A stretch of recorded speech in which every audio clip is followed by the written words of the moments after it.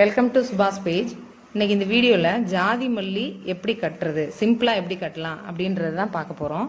பாருங்கள், இதுவும் மார்னிங் பூ தான். இது மார்னிங்கே வாங்கி நம்ம கட்டி ஃப்ரிட்ஜில் வச்சுட்டோம்னா இது ஆனால் மல்லிகைப்பூ மாதிரி 1 வீக் வராது, 2 days தான் இது தாங்கும். பேசிக் மெத்தடு தான். பேசிக் மெத்தட்னால நம்ம டே டு டே நம்ம கட்டி எப்படி வைக்கிறது அப்படின்ற மெத்தடு தான் பார்க்க போகிறோம். பாருங்கள், கொஞ்சம் நூல் விட்டுக்கலாம், எக்ஸஸாகவே விட்டுக்கோங்க. இப்போது இதில் ஜாதி மல்லி வந்து 2 பூவாக தான் நம்ம வச்சு கட்ட முடியும். ஏன்னா இதனோட அடர்த்தி நமக்கு கம்மியாக தெரியும். சிங்கிள் பூவாக வச்சோம்னா அடர்த்தி கம்மியாக தெரியும். ஜாதி மல்லி வந்து இதனோட காம்பு வந்து லென்த்தையாக இருக்கும். ஸோ நம்ம கட்டுறதும் ஈஸி. பாருங்கள், 2 பூவாக வச்சுக்கலாம்.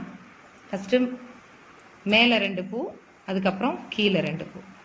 இப்படி வச்சு அழுத்தி பிடிச்சிட்டு கீழே ரொட்டேட் பண்ணிவிட்டு நாட் கொண்டு வந்து இந்த பாருங்கள், நாட் கொண்டு வந்து இப்படி மேலே விட்டுறலாம். இப்படி இழுத்துடலாம். அழுத்தியும் இழுத்துடக்கூடாது, ஏன்னா அதனோட காம்பு உடஞ்சிரும். மல்லிகைப்பூ மாதிரி கெட்டியாக இருக்காது. பாருங்க, அடுத்த 2 பூ அதை இப்படி கொஞ்சம் தள்ளியே பிடிச்சிக்கலாம். இப்படி வச்சுக்கோங்க.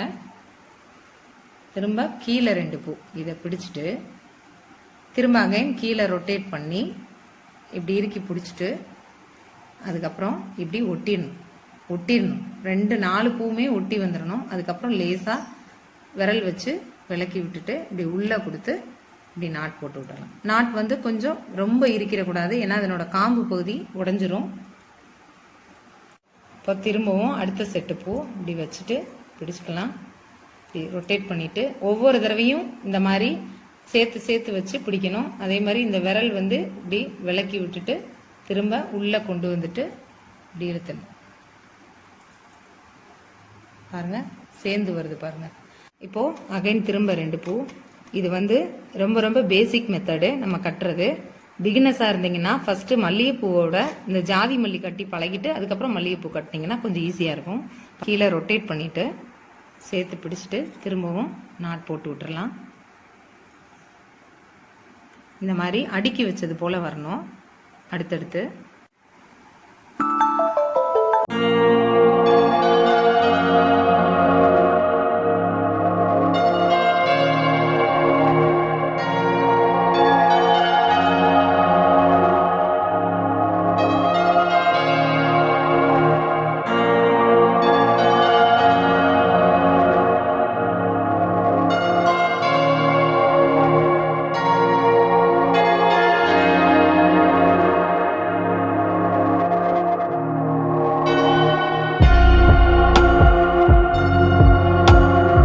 இப்போ பாருங்களேன், அடுக்கி வச்ச மாதிரி இந்த பூக்கட்டு வந்துட்டே இருக்கு பாருங்க. அதே மாதிரி பூக்களை எடுக்கும் போதும் நீங்க நல்ல பூக்களாக பொறுக்கி எடுத்த மாதிரி எடுத்துட்டீங்கன்னா நிறைய மிச்சமாயிடும், அதாவது கழிவாயிடும். அப்படி செய்யக்கூடாது.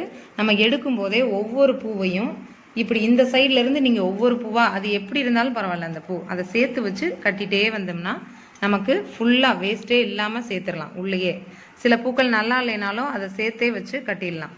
நீங்கள் எப்போவுமே இதனோட ஸ்டார்டிங்லேருந்து இப்படியே எடுத்துகிட்டே போனோம்னா பூ எண்டு வரைக்கும் எல்லா பூக்களையுமே கட்டுறதுல யூஸ் பண்ணிடலாம். பூக்கள் எல்லாத்தையுமே நான் இப்போது கம்ப்ளீட்டாக கட்டிகிட்டே உங்களுக்கு காட்டுறேன். ஜாதி மல்லி கம்ப்ளீட்டாக கட்டி முடிச்சாச்சு. இதில் பார்த்தீங்கன்னா இதில் வேஸ்ட்டே இல்லை, இவ்வளோ தான் எனக்கு வேஸ்ட்டு. ஸோ எல்லா பூக்களையுமே நான் உள்ளே இன்க்ளூட் பண்ணிட்டேன். அதனால் எவ்வளோ அழகாக லென்த்தியாக நமக்கு கிடச்சிருக்குது. 50 பூலே இவ்வளோ பூக்கள் கிடச்சிருக்குது நமக்கு. ஜடை பின்னல் போட்டு இந்த ஆர்ச் ஷேப்பில் பின் பண்ணி தலையில் வச்சிங்கன்னா அவ்வளோ அழகாக இருக்கும். இந்த பூவை ஃப்ரிட்ஜில் எப்படி ஸ்டோர் பண்ணணும்னா நம்ம அப்படியே வைக்கிறத விட இதை ஒரு சின்னதாக ரோல் பண்ணி, இந்த பாருங்கள், இந்த மாதிரி ரோல் பண்ணி பாக்ஸில் போட்டு வச்சோம்னா அப்படியே இருக்கும். 2 to 3 days வந்து இந்த பூ தாங்கும். ஒரு பந்து மாதிரி ரெடி பண்ணி வச்சிடலாம் பாக்ஸில். இந்த பாருங்கள், ஒரு பாக்ஸில் போட்டு வச்சிட்டோம்னா அப்படியே இருக்கும். நீங்களும் ட்ரை பண்ணுங்கள். சுபாஷ் பேஜுக்கு சப்ஸ்கிரைப் பண்ணுங்கள். தேங்க்யூ.